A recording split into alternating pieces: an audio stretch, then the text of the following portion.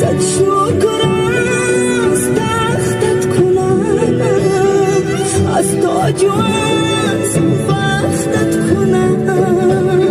امروز من فردای من، دنیای پا بر جای من. امروز من فردای من، دنیای پا بر جای من.